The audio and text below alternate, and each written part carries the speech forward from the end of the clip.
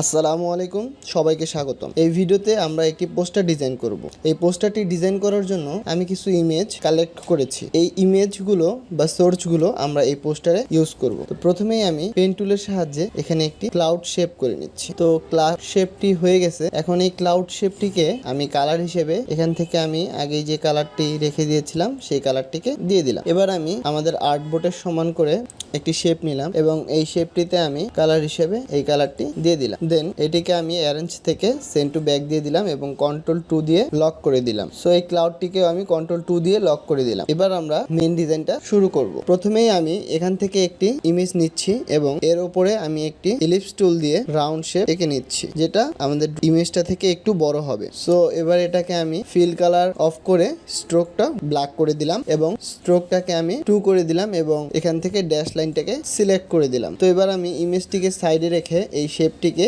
এখানে ক্যানভাসটির সেন্টারে রেখে দিলাম। এবার লাইন সেগমেন্ট টুল দিয়ে আমি একটি লাইন ড্র করব, যেটি সেন্টার থেকে, এবং এটির স্ট্রোকটিকে আমি ড্যাশ লাইন রাখবো না, এটিকে আমি লাইন হিসেবে রাখবো। এবার এটিকে সিলেক্ট করে আমি এই অ্যাঙ্করে ক্লিক করে ট্রান্সফর্মে গিয়ে এটিকে রোটেট করলাম, 60 ডিগ্রি দিয়ে কপি দিব। এবার কন্ট্রোল-D দিয়ে এভাবে আমি ফোল্ড ডাউনটি করে নিব। এবার এই পূর্বের শেপটিকে কপি করে আমি এখানে সেন্টারে বসিয়ে দিব।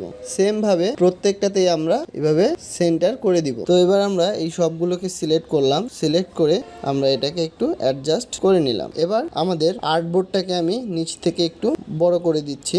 সো আর্টবোর্ডটা বড় করার কারণে এই ইমেজটা ছোট হয়ে গেছে, তাই আমি কন্ট্রোল-Alt-2 দিয়ে আনলক করে এটিকেও একটু বড় করে দিলাম। এবার এটাকে আমি লক করে দিচ্ছি কন্ট্রোল-2 দিয়ে। সো এখন আমরা এই ইমেজগুলো বসাবো। তো প্রথমেই আমি এই ইমেজটিকে আমি এখানে সেন্টারে বসিয়ে দিচ্ছি। দেন সেকেন্ডে আমি এই ইমেজটাকে ধরে এখানে সবগুলোকে এইভাবে আমরা প্লেস করে নিচ্ছি। সো এরপরে দিব এটি, সর্বশেষে আমি এটিকে মিডল পয়েন্টে বসিয়ে দিলাম। তো এবার আমাদের এই ইমেজগুলোকে সিলেক্ট করে আমি এই ইমেজগুলোকে আমরা অ্যারেঞ্জ করে ফন্টে নিয়ে আসবো। সিলেক্ট করলাম, দেন ব্রিং টু ফ্রন্ট। এবার আমাদের পোস্টারটিতে ইমেজ অ্যারেঞ্জ করা হয়ে গেছে। এবার আমরা এটিতে টেক্সট অ্যারেঞ্জ করব। সেজন্য আমি এখানে প্রথমে এটিতে টেক্সট দিব। তো এটি হলো এই টেক্সটটি আমরা এখানে দিচ্ছি। সেজন্য প্রথমে আমি এটিকে সিলেক্ট করলাম, এর জন্য কন্ট্রোল-C কন্ট্রোল-F দিলাম এবং এটাকে আমি একটু বড় করে নিলাম। সরি, ইমেজটা সিলেক্ট হয়েছে, এখানে আমাদের এই যে ডটেড লাইনটা সেটা সিলেক্ট করতে হবে। কন্ট্রোল-Y দিচ্ছি, কন্ট্রোল-Y দিয়ে আমরা রাউন্ড শেপটাকে ধরলাম। এবার কন্ট্রোল-Y দিয়ে চলে আসলাম আগের এখানে। সো এখন আমরা এটাকে একটু বড় করে দিচ্ছি। সরি, কন্ট্রোল-C কন্ট্রোল-F দিলাম। এবার আমরা এটাকে শিফট-Alt প্রেস করে একটু বড় করে দিলাম। সো এবার আমরা এটিকে, এই বড় শেপটিকে এখান থেকে স্ট্রোকে যে এটিকে আমরা ড্যাশ লাইন এখানে টিকমার্কটি উঠিয়ে দিব এবং এটির স্ট্রোকটিকেও আমরা অফ করে দিব এবং কালার ফিলটাকেও আমরা অফ করে দিব। দেন এখানে আমরা এই টেক্সটটাকে কপি করে নিচ্ছি। এবার এখান থেকে টাইপ অন পাথ টুলে সিলেক্ট করে আমরা এই পার্টটাতে এই টেক্সটটা বসিয়ে দিচ্ছি। সো এটাকে একটু অ্যারেঞ্জ করতে হবে, সেজন্য আমি এখান থেকে এটাকে জাস্ট অ্যারেঞ্জ করে দিচ্ছি। সো আমাদের অ্যারেঞ্জ অলমোস্ট হয়ে গেছে। এবার আমরা এটিকে সঠিকভাবে প্লেস করে দিলাম। সো আমাদের প্রথম টেক্সটটি হয়ে গেছে।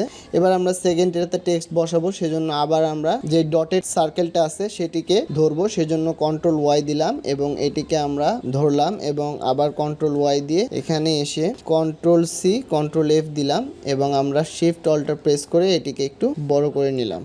এবার এখান থেকে আমি ডটেড লাইনটিকে উঠিয়ে স্ট্রোকটাকে আমি অফ করে দিলাম এবং আমরা এখানে টাইপ করব type on path tool select করে আমরা সেকেন্ড টেক্সটটিকে কপি করব। তার আগে এখানে সিলেক্ট করে রাখি। সো এবার আমরা এটিকে কপি করি। সো কন্ট্রোল-X দিলাম, আমরা কাট করে নিচ্ছি। এবার এটিকে আমি ধরে এখানে পেস্ট করে দিলাম। তো আমাদের সেকেন্ড লেখাটিও অলমোস্ট হয়ে গেছে। সো এবার আমরা থার্ড লেখাটি বসাবো। সো এই লেখাটিকে আমরা এইখানে দিলাম। এবার আমরা এটাকে অল্টার প্রেস করে সবগুলোতেই দিয়ে দিচ্ছি। তো সবগুলোতে টেক্সট দিয়ে দিলাম। এখন আমরা কপি করে টেক্সটগুলো বসিয়ে দিব। সো এই লেখাটাকে আমরা দিচ্ছি এখানে, এবার এই লেখাটাকে দিচ্ছি এইখানে, সো এবার এটাকে দিচ্ছি এইখানে এবং সর্বশেষ এই লেখাটাকে দিচ্ছি এখানে। তো আমাদের পোস্টারটি প্রায় শেষ।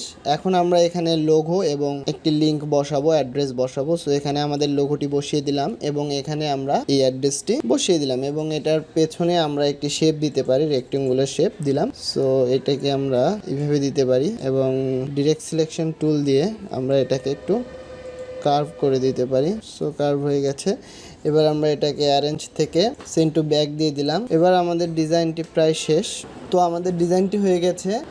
ভিডিওর শেষ পর্যন্ত থাকার জন্য সবাইকে ধন্যবাদ। আপনারাও চাইলে এভাবে নানান ধরনের পোস্টার তৈরি করতে পারেন। প্রতিনিয়ত এরকম ধরনের গ্রাফিক্স ডিজাইন রিলেটেড ভিডিও পেতে চ্যানেলটি সাবস্ক্রাইব করে পাশেই থাকুন। Thanks for watching.